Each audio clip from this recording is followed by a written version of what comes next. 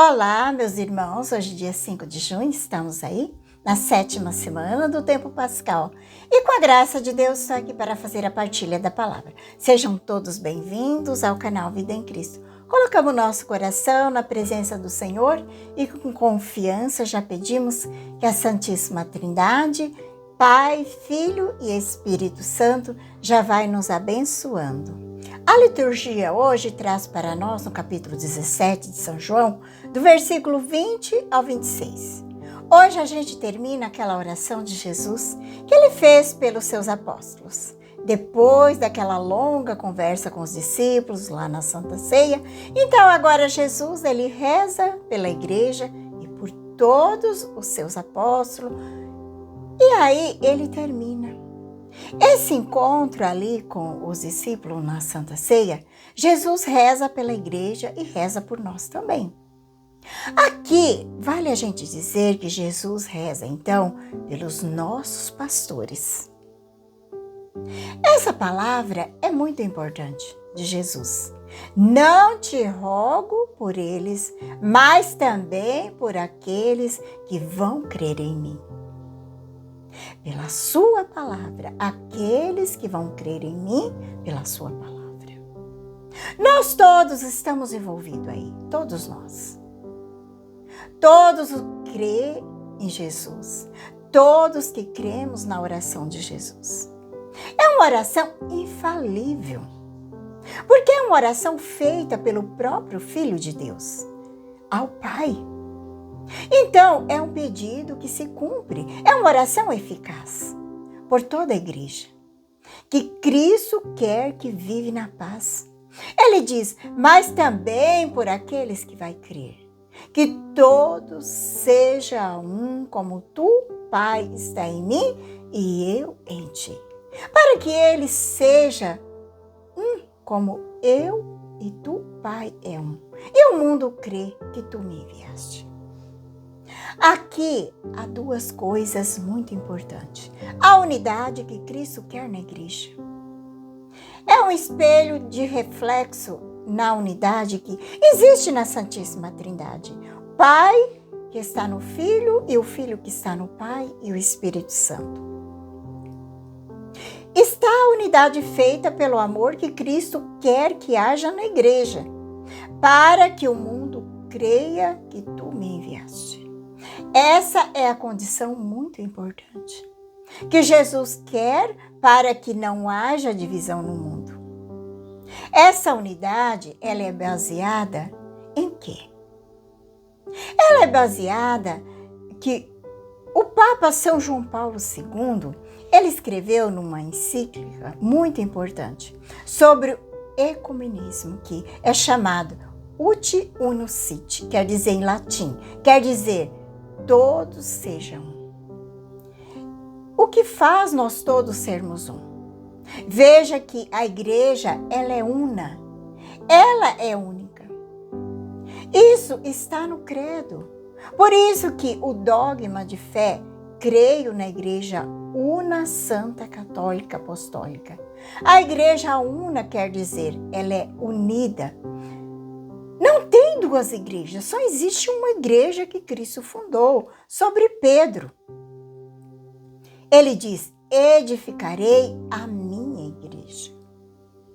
Não as igrejas. Essa igreja é una. A unidade da igreja se forma em alguns fatores. Primeiro, na unidade. Ela se forma numa hierarquia. Nós temos na hierarquia como se fosse uma pirâmide, que fecha lá no Papa. O Papa é o fator da unidade.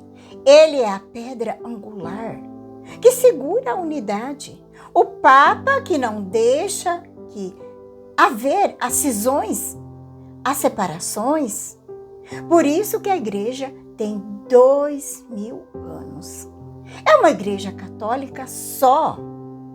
A igreja protestante se dividiram em centenas e centenas, porque não tem esse fator de unidade, que é a hierarquia, que é essa sucessão que vem lá dos apóstolos. No Papa sucede São Pedro, os bispos que sucedem os apóstolos. E isso dá a unidade da igreja. A unidade da igreja também na sua liturgia, as orações. Veja que no mundo inteiro reza o ofício das horas. No mundo inteiro reza a mesma missa. A mesma missa que celebra aqui, celebra lá em Roma, celebra na Alemanha, no mundo inteiro. O evangelho que é lido aqui é assim no mundo inteiro. Então, há unidade da liturgia. Então, tem a unidade das hierarquias, unidade da liturgia, uma das coisas mais importantes da doutrina, o mesmo catecismo. O mesmo catecismo que eu leio aqui é lido no Japão, nos Estados Unidos e tem várias línguas. Então, isso forma a unidade da igreja. Isso é a unidade. E é da doutrina, é a unidade da doutrina. Agora, o que quebra a unidade da igreja? São os hereges, são os avançadinhos, progressistas, que querem ser diferente daquilo que a igreja ensina. O que divide a igreja são aqueles que não seguem o magistério da igreja. O Papa São João Paulo II falou várias vezes: a igreja não pode fazer secretismo religioso. Por exemplo, misturar as coisas que não faz parte da fé católica daquilo que não tem nada a ver com religioso. Porque não pode colocar no altar, na hora da missa, quem não acredita na missa. Quem não acredita que Jesus está presente, vivo, corpo, sangue, alma e divindade. Não se pode colocar no altar. Quem não acredita na salvação por Jesus Cristo. Porque isso escandaliza o povo. Isso divide o povo. Eu estou falando de algumas coisas que a gente vê que acontece dentro da igreja.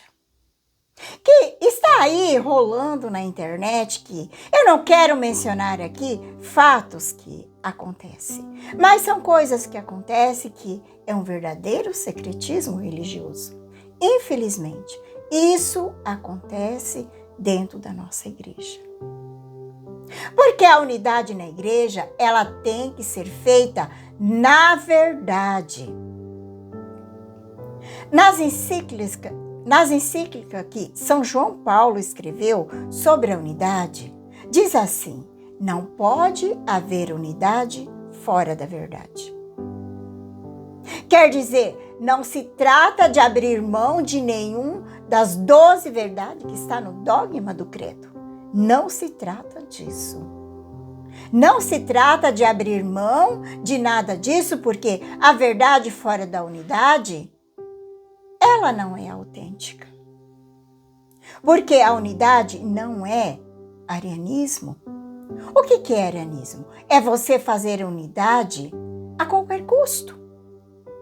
Abrir mão das suas convicções, das suas verdades. O Papa diz que não é assim. E aqui no Evangelho, Jesus diz que seja unido para que o mundo creia que tu me enviaste, Pai. Por isso que nós temos que viver essa verdade. Essa verdade na unidade da igreja. Na hierarquia, na unidade da doutrina, na unidade da liturgia. Porque isso é que faz a igreja forte, capaz de evangelizar, capaz de testemunhar para o mundo que Jesus ressuscitou e que Jesus está vivo e que Ele caminha conosco, que Ele é o nosso Salvador. No Evangelho vai dizer uma coisa muito bonita: Pai, aquele que tu me deste, eu quero que esteja comigo. Aonde eu estiver, eu quero que eles estejam comigo, para que eles contemplem a minha glória. a glória que tu me deste, porque me amaste antes da fundação do universo. Então Jesus pede ao Pai que aqueles que ele deu a ele, que esteja com ele, para contemplar a sua glória. Quem é que o Pai deu a ele? Quem é? São todos aqueles que abriram para Deus, todos que se abrem para Deus.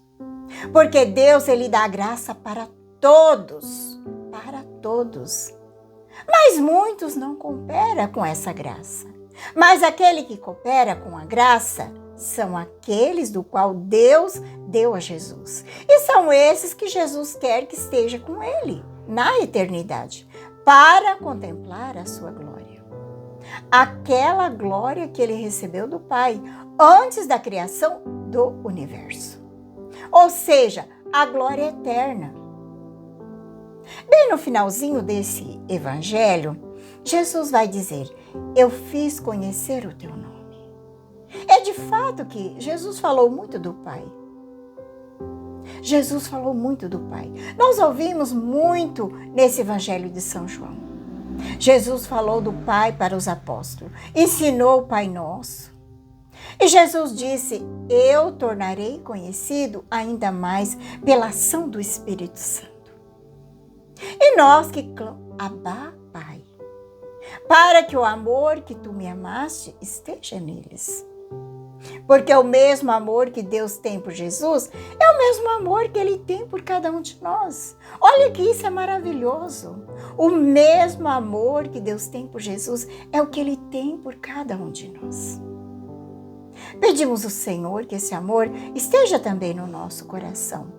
Porque Jesus deseja estar sempre no nosso coração. Que ele esteja através da sua palavra, pela Eucaristia e por muitos outros meios.